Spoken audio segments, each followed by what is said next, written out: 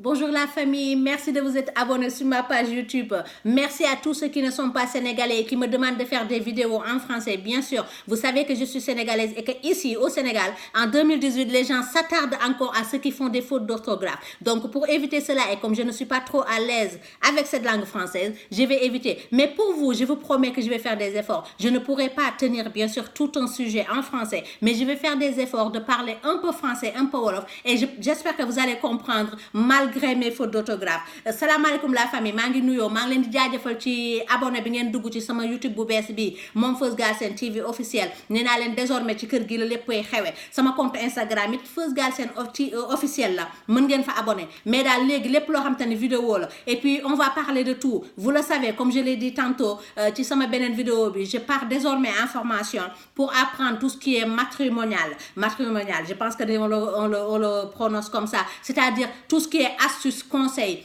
hygiène intime, muy góor muy jigéen, lépp lu jëm ci affaire awra comme me disait l'autre sur mon compte YouTube Feuz Galsen bëgg nga ay waxi awra de mais dama koy jàngi. Xam nga xale yu jigéen yi da ci am ñoo xam dañuy dem di def ay formation di jàng naka la ñuy maquiller woo, naka la ñuy tegee seeni perruque, naka la ñuy yëkkatee seeni ween. Man Feuz Galsen je pars en formation pour apprendre tout ce qui est sexe. Ah, et ça me plaît la famille, parce que ici encore au Sénégal, il n'y a pas encore de personnes qui osent traiter ces sujets-là. Et man je pense que ni aduna jàng du doy te lépp loo xam te man jàngi naa ko inshallah ca formation ba bu ma ñëwee du ma leen sotti lépp nag ndax day yomb mais dinaa leen jox quelques astuces ndax nee naa leen nit du soxor. lépp loo xam te daal jàng naa ko ci nooy raxatee say poqotaan nooy raxasee say awra ba mu xëy neex lool waaye naa leen wax je vous avais promis sur la vidéo précédente que cette vidéo aujourd'hui on va parler de l'endurance, c'est-à-dire góor ñi naka la ñuy def ba góor ñi nga xam dañuy am ay problème di gaaw a daanoo ak yooyu ñu conseiller leen wax leen la nga xam te dem nañ ko jàngi bien sûr ci tubaab bi lañ ko jàngee mais jàng amul tubaab amul nit ku ñuul luñ fa jàng bu nu ñëwee ñu sotti ko képp koo xam ne mën nga si jariñu nga jariñoo ko, c'est gratuit. La famille, continuez à vous abonner sur cette nouvelle page YouTube Feuz Galsen TV officiel. Appuyez sur la petite cloche pour recevoir toutes les vidéos, je sais pas qu'est-ce qu'on dit, que j'y mets. Comme ça au moins bu ngeen abonné appuyé ci cloche bi su ma dugalee vidéo seconde bi ci topp yéen da ngeen koy jot et n'hésitez pas ndax nee naa leen nit du soxor boo leen fi gisee vidéo boo xam ne intéressé na leen wala ngeen xam ku mu mën a intéressé envoyé leen ko lien bi kooku seetaan ko mën see jariñu. Prochaine vidéo bi nag si la ñuy wax ci endurance boobu parce que tey dafa am sujet boo xam ne dab nañu te nee naa leen Feuz Galsen këram gi actualité moo fi xew. Désormais dañuy wax ci actualité, ci fait divers, ci affaire astuce ak conseil sexuel, ci naka ngay téye sa jëkkër wala jëkkër ñi nan la ñuy sen jabar ñi am far ñi am gel. Feuz Galsen parle de tout et de rien, mais comme je vous le disais tantôt, je ne peux me permettre de parler de la religion, c'est-à-dire tout ce qui est religion, tout ce qui est homme religieux, tout ce qui touche la religion, les tariqa et autres. Désormais, je vais encore vous le répéter, je ne vais pas ouvrir ma bouche là-dedans, c'est bouche cousue, c'est-à-dire j'ai pas mon avis sur la religion, j'ai pas mon avis sur les tariqa. Moi, mon fort, c'est être sans tabou, c'est dire tout ce que je pense tout haut. Mais malheureusement, je ne peux me permettre de parler de la religion. Donc je m'en excuse pour encore tous ceux qui m'envoient des messages. Et je voudrais faire une parenthèse pour vous dire que vous m'avez tellement bombardé de messages sur mon WhatsApp que le WhatsApp est bloqué, la famille. J'ai vu plus de 2000 et quelques messages. Donc ce numéro américain que vous avez tous ne marche plus. J'arrive plus à ouvrir au fait le WhatsApp. C'est blindé de messages. Je vais peut-être prendre un nouveau numéro WhatsApp et je vais vous le donner sur d'autres vidéos. Bon, aujourd'hui dafa am vidéo boo xamante ne dañ koy def parce que sujet bi daf ñoo dab mooy on a tous écouté l'audio de la fille, l'audio 27 minutes comme vous l'appelez, mooy xale bu jigéen bi nga xamante ni yàlla da koo teg nattu mooy que ne da doon wax ak nit téléphone ndekete mi ngi doon enregistré ci benn groupe ba peut-être am na ku ci jël la mu waxoon dugal ko mu wër adduna bi.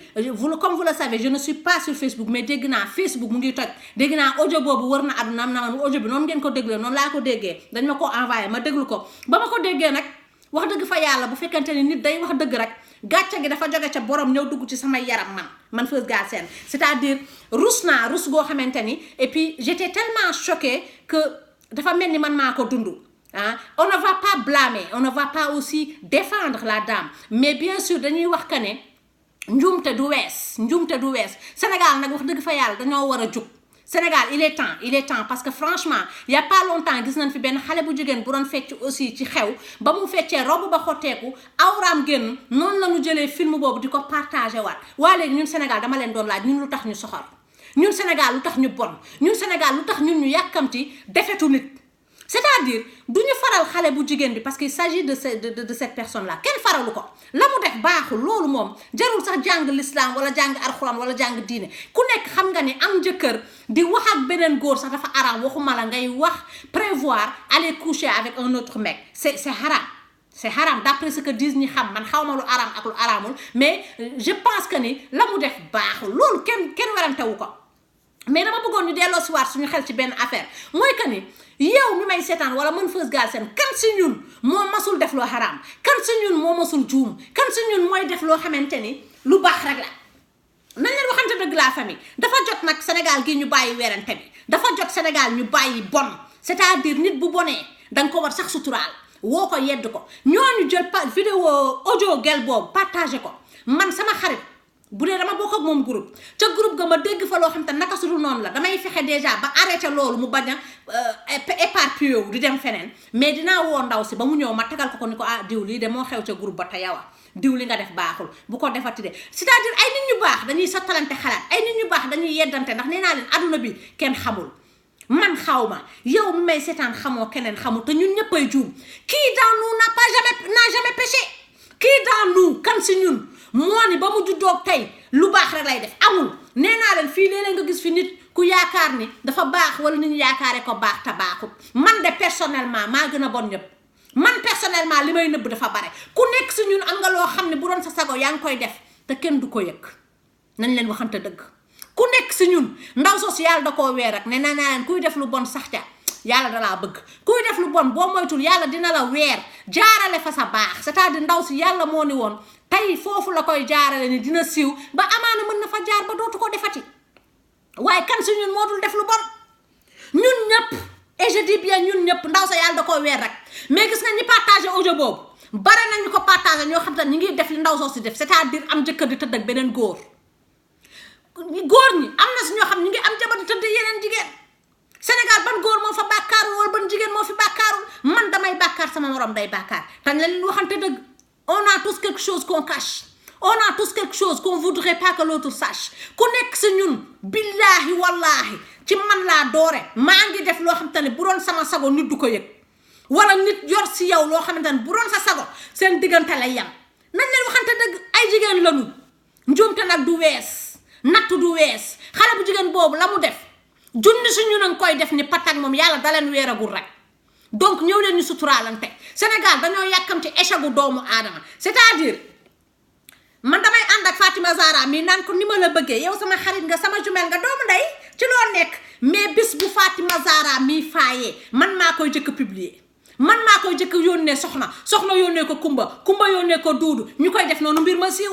dama ni de loo bañ ku ko yëg bul ko wax sa meilleur ami nam sa meilleur ami am na meilleur ami kooku am meilleur ami loolu la ñuy def nag ba wax di dem Sénégal nag dafa am loo xamante ne daf fee xew ba WhatsApp xewee ba tey Sénégal gii mi ngi bëgg tas nañ leen ko wax te dee sama WhatsApp man ak WhatsApp bu keneen man ak sama morom ñaata yoon lañ fi def ci WhatsApp bi loo xamante ni am nga fi sa far foto say ween yóbbante ko am nga fi sa foto say taat yóbbante ko wala sa jëkkër wala sa gel ah mais WhatsApp dama bëgg wax ni tubaab yi ko créé ñun li ñuy def ci WhatsApp ñoom defuñu ko si man de franchement j'ai des collègues blancs j'ai des voisins blancs on a tous des blancs sur notre entourage mais on n'a jamais entendu un blanc avoir des histoires ou des soucis sur WhatsApp nous les Sénégalais ou nous les Africains tout ce qu'on touche là ça commence à faire des soucis ñun lu ñu dugg lay ëpp ñun ba ñu duggee ci WhatsApp bi ba tey WhatsApp bi tas na àdduna ñu bëri mais nag man balaa maa blâmer damay blâmer ñi nga xamante ni dañoo yàkkamti faayu Feuz Galsen ba partagé ko ñi nga xam dañoo yàkkamti faayu nit ba partagé ko loolu ngeen di partagé parce que je peux dire soxna dama koo mere tey moom dinaa yàq addunaam audio bii ma yor ci moom dinaa ko yónnee diw moom nga ko yónnee ko diw tu penses que adduna soxna ngay yàq déedéet c'est gâter la vie de toute une famille parce que chaque personne a des gens derrière la femme là que vous avez détruit sa vie parce qu'elle a fait un audio qu'elle devait pas faire cette femme là elle a des amis elle a de la famille elle a des enfants peut-être que sais-je mais elle a des gens derrière elle donc est-ce qu'on pense à tout ça c'est détruire une vie oui j'ai entendu l'autre jour dire une personne non c'est kay daa war a déménager mais attendez déménager est-ce que c'est facile comme c'est facile pour toi Ça peut être facile pour toi et ne pas être facile pour cette dame-là. Cette dame-là, là où elle habite, est-ce qu'elle a les moyens de cliquer le doigt et aller aux États-Unis? Est-ce qu'elle a les moyens de se cliquer le doigt et d'aller habiter à Dakar, à Saint-Louis, à Louga, que sais-je?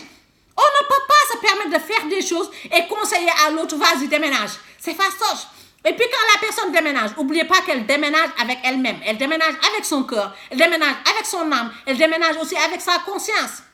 C'est-à-dire xale bu jigéen bi def na bon loolu kenn weddiwu ko moom mais ka ko partager mi ngi détruire nit ay nit sax laay wax parce que non seulement la fille elle va plus dormir la nuit, moi je me mets à sa place, elle va pas dormir la nuit, mais aussi sa famille, sa mère, son père et tout ça. Vous pensez que vous gâtez pas leur vie?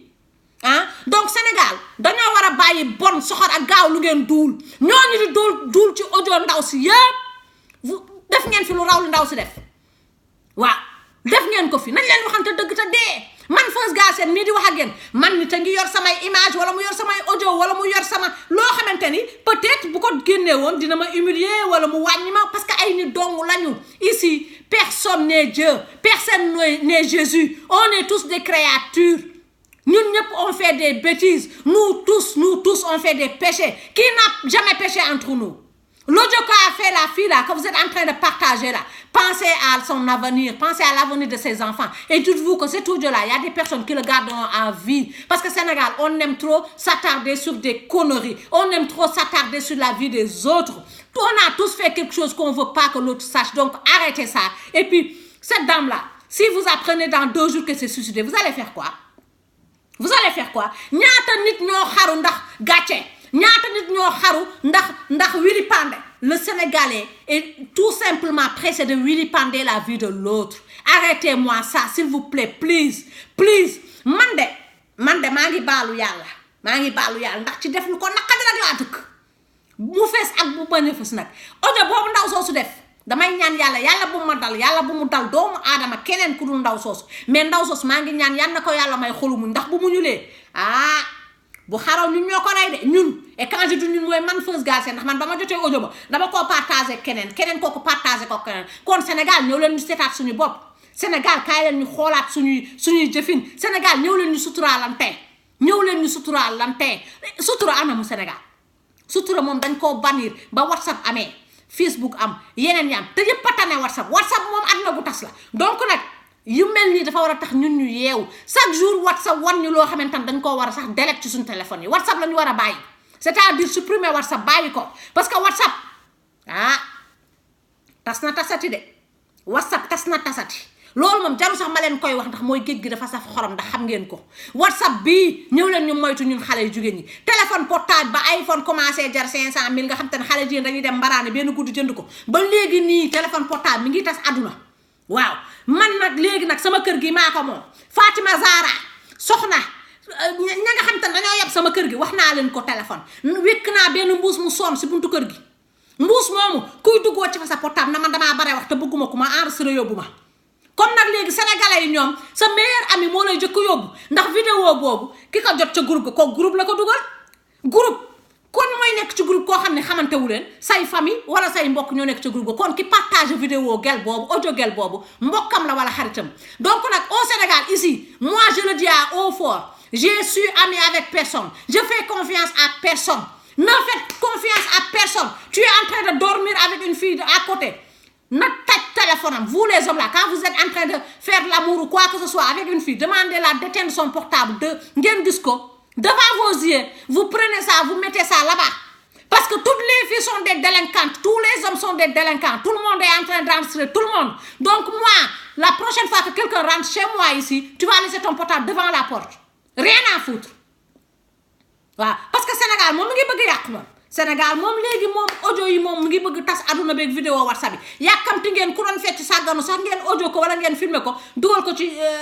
site yi ba site yombee ba tey ñëpp am site WhatsApp ñëpp am WhatsApp mbaraan bi ma moo amee tey xale bu jigéen bu jënd portable baretu xale yu jigéen yëpp da leen di tëddee benn guddi jox leen benn téléphone ñu yore téléphone ba nag au lieu ñu def si loo xamante ne lu leen di jëmale kanam la waaye luy détruire la vie de l'autre la. Man je pense que ni wax naa l'essentiel mooy que ni bu ma juumee nag ngeen baal ma parce que man nit rek laa te damay wax li nekk sama xol kese laay wax je n'oblige personne de venir être d'accord avec moi je ne fais que donner mon avis je ne fais que partager le peu que je sais avec les autres et puis soo tegee vidéo di wax même bu dee une seule personne tu dina ci jariñu tout simplement ñu bàyyi soxorante bi tout simplement ñu suturaalante parce que on a tous quelque chose qu'on veut pas que l'autre vienne voir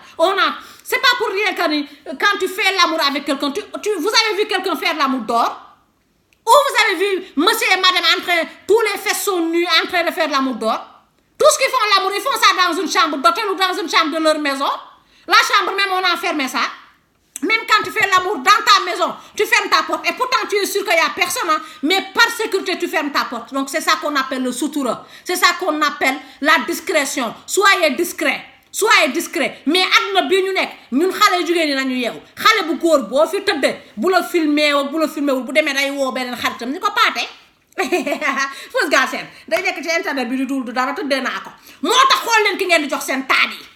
xol leen ki ngeen di teudé bu ngeen di teudé nak man xalé bu jigéen ba vidéo bu audio bobu ma déglu audio bi gatcha la ci am mais nakar la ci am ndax xalé bu goor ba méré nako torop ndax yow yaangi bëgg teudé jabaru jambour nan ko wa sama nek ba de amul lal de lal ba diw ma bokkaloon néeg laa ko jox di duula ka daye ko doxat naan ko booy ñëw nañ dem ca àll ba nga àndaale sër boo soxlawul ñu lal ko tëdd xale bu góor ba mooy doome xaraam ngeen baal ma parce que boo demee nag bay tëdd jabaru jàmbur na nga am mat laa bu nooy boo ko teg de xale bu jigéen bi bu ñàkkee fayda bay tëdd ci sëram ni mu woowe ngay bànneexu nag dangay bànneex su lu nooy tey bonde nee naa leen quand tu fais l'amour c'est mieux de le faire là où ça saute comme ça quand ça saute comme ça là c'est là où l'amour même est en train de faire l'amour. Mais quand tu fais l'amour sur quelque chose dur comme ça, comme du bois là, quand tu te lèves là, c'est handicapé tu vas être. Tu vas marcher comme ça, ton fesse va te faire mal. Hein? Donc quand vous voulez faire l'amour là, il faut aller le faire sur quelque chose de bien mou. Arrêtez de faire l'amour par terre. Arrêtez de faire l'amour dans les herbes ou je sais pas quoi là. C'est,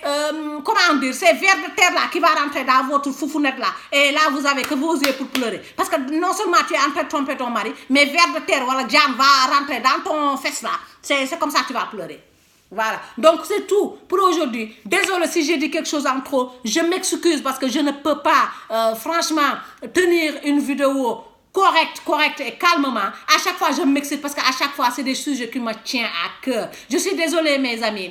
Abonnez-vous sur ma page YouTube, Feuz Galsen TV officiel. Partagez la vidéo pour que ensemble nous bénéficions des bienfaits. Feuz Galsen,